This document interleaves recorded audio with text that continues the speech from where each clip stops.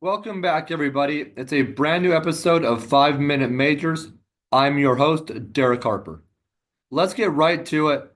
Finally, at long last, after the player that I've been talking about week after week, Gavin McKenna, Connor Bedard's cousin, of course, has been just showing out for those Medicine Hat Tigers, along obviously with National Predators draft pick Tanner Molendyk. And so Medicine Hat will be losing Molendyk to the pros, whether it's to the American League or to the National League. We'll see where he lands. He could be headed to the Preds. We'll see. The Preds have been interesting because they have all those veterans like Steven and Jonathan Marchessault, but it just nothing's really working down there for them. So I think the youth, like we saw a couple years ago, might be the solution. So maybe they bring on Tanner Molendyk. I don't know. But back to the task at hand, he and Gavin McKenna have been powering that Medicine Hat Tigers team. And Gavin McKenna is so good that he was awarded the the Player of the Month honors. I mean, he's not even draft eligible till the 2026 draft. So he has that much time to get even better, which is scary. I mean, Medicine Hat could be a force for the next few years. Yeah, they're going to lose Tanner Molendyk, but I'm sure they can fill that gap somehow. I mean, we saw it this year with getting Tanner Molendyk. They're going to go after some other veteran to try to make another run. I think this could be these next couple of years, maybe next 3 years, depending how long they want to keep old Gavin McKenna at the WHL level. Medicine Hat could be a force for the next 2, 3, maybe 4 years. We'll see. But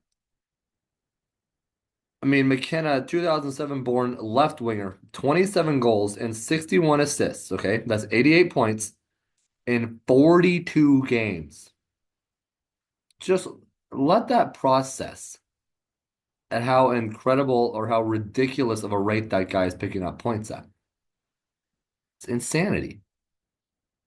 I mean, if you pair him, if the Blackhawks are able to select him in a couple of years, Connor will have gotten better. He'll have definitely matured on and off the ice.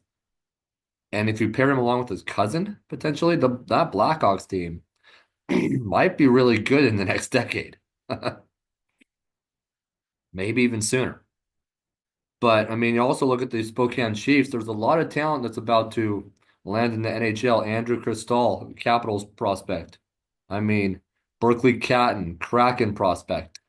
I think we might be seeing a Chiefs Medicine Hat WHL final. And from there, I think that goes 7 games. Everett, I think, will be in the Western Conference final with Spokane. But Spokane has shown with a 10-3 victory, a 3-2, that they have the power to win in Everett and at home versus the Silvertips. And so, kind of going off that, we'll launch into the CHL's top 10 as we wrap this episode up here soon, the next few minutes. The Everett Silvertips checked in at 4, the Spokane Chiefs at 6, Medicine Hat at 7, and the Calgary Hitmen at 9. Calgary is an interesting team. They've shown in the past that they can be a sneaky team in the playoffs, so I wouldn't count them out. The Eastern Conference Final, could it be Medicine Hat Calgary? Who knows? But that might be what it is. Medicine Hat and Calgary. And then over in the Western Conference, the Silvertips and Chiefs. So we'll see how that sort of rounds itself out. In the QMJHL, Moncton and this year's Memorial Cup host, the Rimouski Oceanic, at the 2 and 3 spots respectively. The OHL, London, London, London. Still my pick to win the Memorial Cup. I mean, just continuing to sit at the top spot in the CHL's top 10 rankings. There's something special on the ice out there in London, Ontario. So, but joining them, the Kitchener Rangers at the 5 spot, Windsor Spitfires, we obviously know them from the Memorial Cup a few years ago, at the 8th spot, and the Barrie Colts rounding it out at 10. Kind of touching on Landon Dupont and the Silver Tips. Landon Dupont has been showing out once again as the WHL's newest Rookie of the Week. So do with that as you may. He is continuing to impress.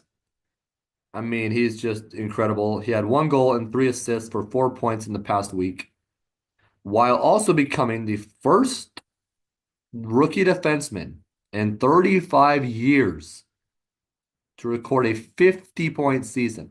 And the season is not over. This is going to be a really fun playoff run, I think, once the regular season wraps up. And who knows what the rest of the U.S. division could hold. I think the Winterhawks are right there. They obviously are a really good team. Obviously, they struggled against Medicine out this season. But so I don't think they're going to go on a championship run.